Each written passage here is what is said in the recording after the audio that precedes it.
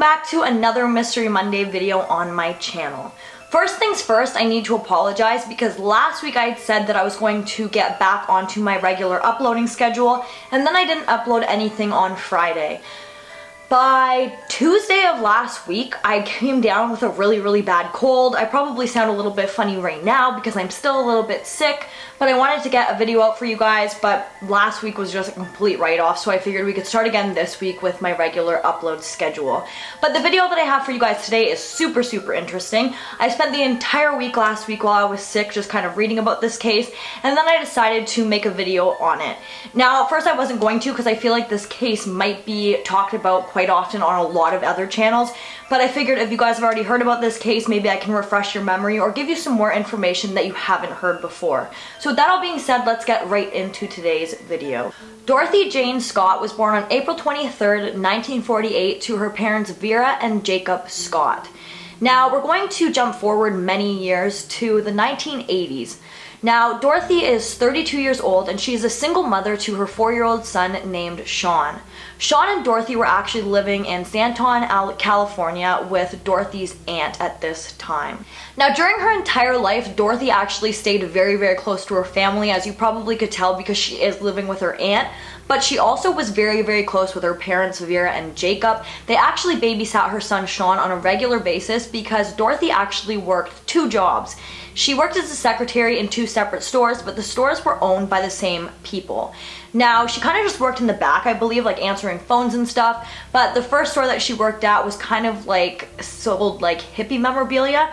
They sold lava lamps, tie-dye shirts, love beads, bandanas, all that kind of stuff. And the other store was a head shop, meaning that they sold bongs and pipes and things along those lines. But despite working at a head shop, people who knew Dorothy said that she was a devout Christian, she didn't drink or do drugs, and she didn't really have much of a social life or a social circle because no matter what, whenever the opportunity came for her to go out or to do something, she would always pick staying at home and spending time with her son over doing absolutely anything else. As you can probably tell by all of the time that Dorothy wanted to spend with her son Sean, she was an absolutely amazing mother. She loved being Sean's mother, and her whole entire world revolved around her son. That was her entire life. But other people who knew her said that she was one of the kindest people you would ever meet. She was super caring, and she just wanted to help everybody, and she was just a really loving and kind woman. In the year 1980, Dorothy's life would be picked up and shaken about when a man started to phone into her workplace anonymously, wanting to only speak to her. This caller was calling frequently, almost on a daily basis, every single time that Dorothy was in the shop. Dorothy said that she recognized the man's voice, but she couldn't pinpoint where she knew him from or who exactly it was.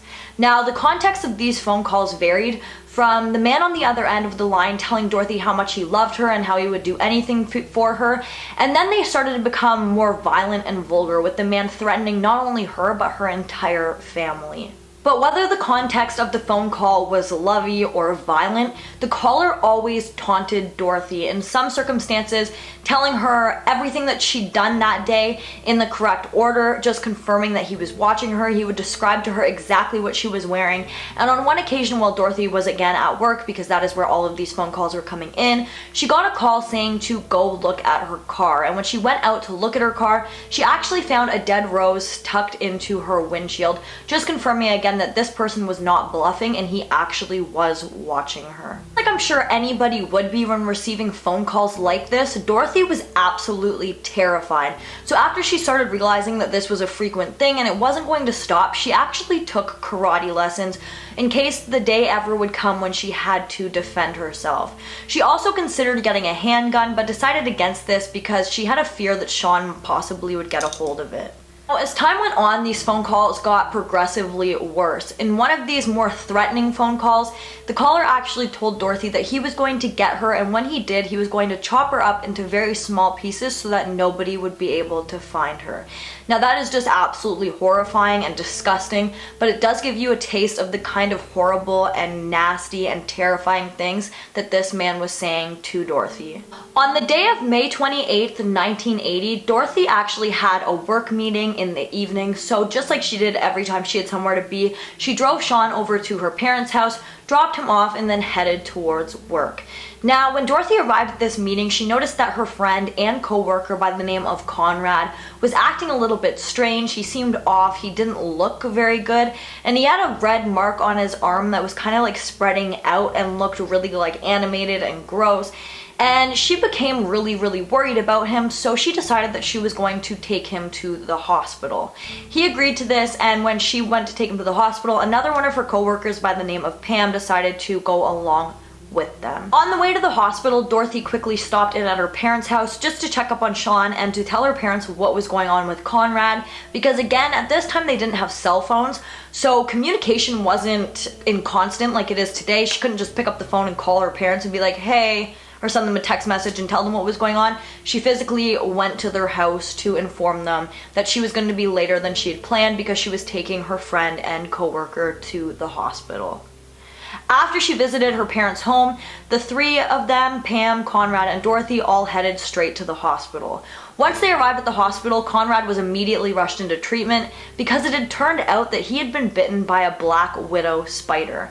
Now, usually black widow bites are poisonous and you can die from that, but luckily they caught it in time. He was treated and he was going to be okay. Conrad was in getting treatment. Pam and Dorothy sat in the waiting room. They just talked a little bit and hung out while their friend was getting treated for the spider bite.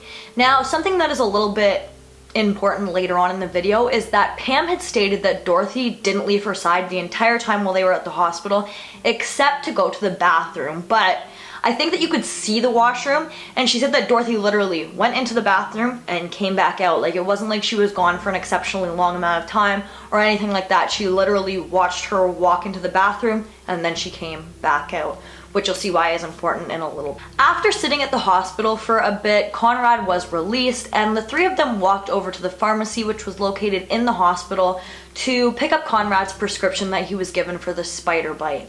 Now, while they were waiting to put the prescription in, Dorothy decided that she was going to get the car and pull it around the front to just prevent Conrad from having to walk too much when he wasn't feeling well. Something just to take note of here is that the entire night, including when Dorothy was at the staff meeting, while she was at her parents' house, and while she was at the hospital, she didn't appear as if anything was wrong. She seemed in good spirits. She was generally happy. She was a little bit worried, obviously, when she had to take Conrad to the hospital, but besides that, she was in a generally good mood, and she didn't seem as if anything was wrong. But after Dorothy went to retrieve her vehicle, Pam and Conrad were standing out the front waiting for her to come, and they got a little bit worried because it had been anywhere from 15 to 20 minutes that they had been waiting for Dorothy to come back, when realistically it only should have taken her 5 minutes to get her car. At that 15 to 20 minute point, Pam and Conrad saw Dorothy's car coming at them at a rapid speed, appearing as if it wasn't going to stop. And something else about the vehicle is that its headlights were on so bright that Pam and Conrad couldn't see into the vehicle. They couldn't see who was driving because the headlights were just so bright. Now, the car was speeding towards them and didn't appear as if it was going to stop, and then it took a sharp turn and actually left the hospital. The thing that crossed Pam's mind after she seen this happening is that maybe there was an emergency with Sean and Dorothy had to leave immediately to go deal with that, but I don't know how she would have gotten news that something bad had happened to Sean. I think that probably crossed Pam's mind too. But Pam and Conrad actually ended up waiting at the hospital for 2 hours before Pam decided to ask the hospital attendant if she could use the phone. And that is when she called Dorothy's parents and asked them if they had seen Dorothy. And when they said that they hadn't, that is when everybody really started to panic. Pam then decided to phone the police, and at first in this investigation on this time, the police had actually told her, you know, Dorothy's an adult, she'll probably come back, maybe she forgot that she had something to do, or just something along those lines, and they were quite certain that she would show up later. Within a few hours though, Dorothy's vehicle was found in an alleyway in Stanton, California, and it had been abandoned and lit on fire. This is when investigators started to realize that there was something really wrong in this case. Immediately after the car was found, police really started to crack down and they started to interview all of Dorothy's friends, her family, her co-workers, and anybody else in the area who they thought could have been of interest. But unfortunately, they had zero leads in this case and no suspects at all. Now, something really important that the police had asked from Vera and Jacob and everybody else who knew about Dorothy's disappearance was that they do not speak to the media. They didn't know what was going on in this case and they just didn't need other people knowing about it to call in, false tips and things like that. So they just really wanted to keep this case out of the media's eye. Exactly a week later, after Dorothy had vanished, Vera Scott received a phone call of her own. The man who phoned her just briefly said to her, "Are you related to Dorothy Scott?" Vera thought that maybe this man had some information about her daughter or could help in the case, so of course she said yes, and then the man just said, "I've got her," and hung up the phone. Now, at the time in California, there actually was no stalking laws. So Dorothy couldn't have done anything when she was being called by this man, and now this man was calling Jacob and Vera's home. So obviously, they were freaking out. Their daughter was now missing, and the man who had been stalking her for all of this time now was calling their house. And he wasn't helping in the case. There was just nothing about this that was going right. So Jacob decided to take things into his own hands, and that is when he decided to speak to the press. And the following day, after Jacob had decided to speak to the press, Dorothy's story was published in the local newspaper. And on that same day, the editor of the newspaper would receive a strange phone call of his own. Now, I'm just going to be looking down briefly here so that I can get exactly what the caller said correct. After this man called, he said, "I killed her. I killed Dorothy Scott. She was my love. I caught her cheating with another man. She denied having someone. I killed her." This man who called the shop also went on to talk about specific details in the case that nobody had known and they hadn't made public. He knew exactly what Dorothy had been wearing that day and just a lot of things in this case to prove that he actually did have something to do with Dorothy's disappearance. Now, the caller did say more than exactly what I just read to you guys, but that was just kind of the start out of the phone call. At one point during this phone call, the caller actually said that Dorothy had phoned him while she was at the hospital and told him that that is where she was. But like I mentioned earlier, Pam said that her and Dorothy were together the entire time that they were at the hospital, and Dorothy hadn't made any phone calls. So either the caller was lying or Pam was lying, and I just don't see a reason why Pam would lie about that. Dorothy was her friend, so it does appear as if the caller is lying.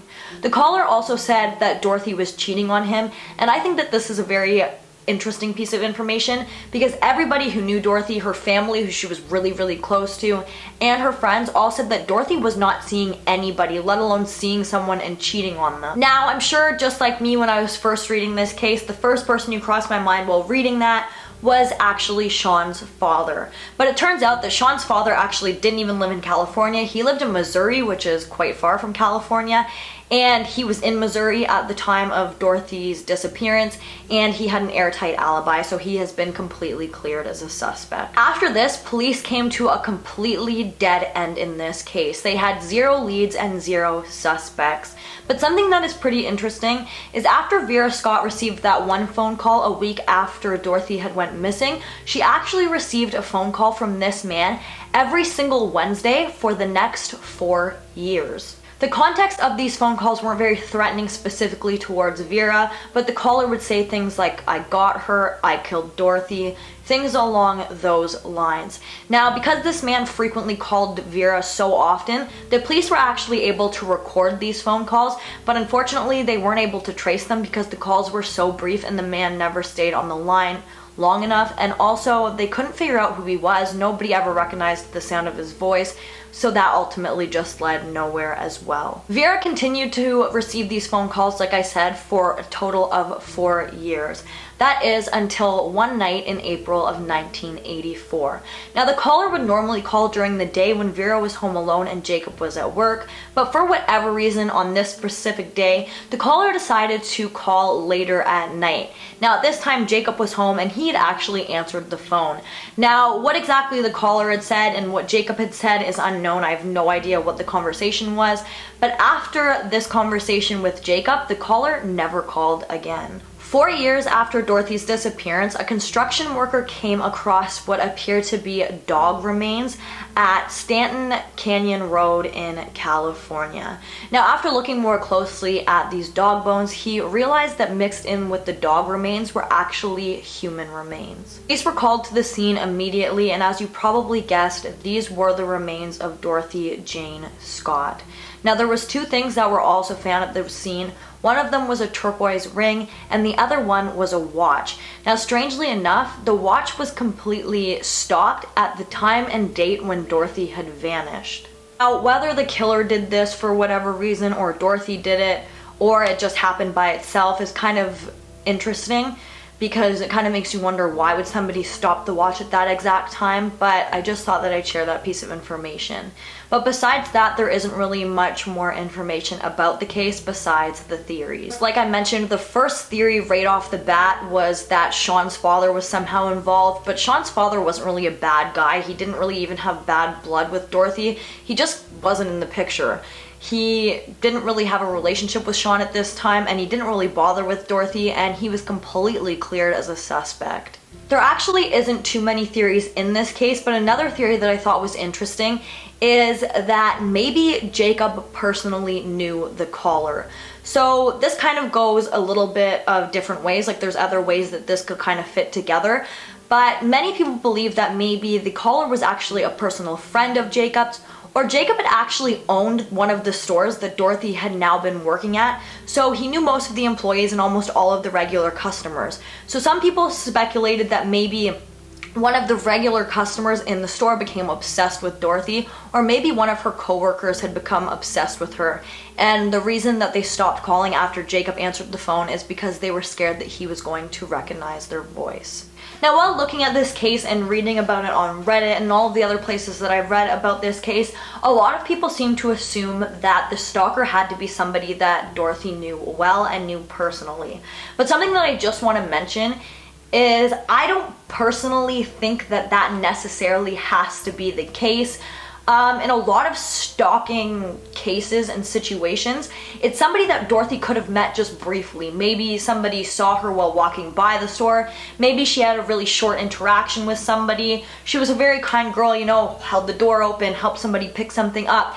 And this person's mind obviously doesn't work like a normal mind, so he took this as her kind of hitting on him, or that they were in a relationship or something like that. So I do think that it is quite possible that maybe she did recognize the voice because she had a brief interaction with this person, but the reason that she couldn't pinpoint it is because it wasn't somebody that she actually knew. That is just my theory personally in this case, but again, there isn't very many theories in this case. There was a stalker and he never has been caught. Unfortunately, both Vera and Jacob have since passed away without any answers of what happened to their daughter. My heart sincerely goes out to all of Dorothy's family, but especially her son Sean, because I can't even imagine what it must be like for your mother to have her whole entire life revolved around you, and then she is just ripped from you so tragically. But guys, that brings us to the end of this video. If you like this video, please give it a big thumbs up. Don't forget to comment down below what you'd like to see in my future videos, and don't forget to subscribe and turn on that notification bell so that you don't miss any future videos from me. Also, I just want to apologize again in case this video was sounding a little bit weird. Again, I am sick, and also there's always seems to be noise going on in the background of my videos that I can't really help either because I do live with a bunch of people. But anyways, thank you so much for watching, and I'll see you in the next one. Bye guys!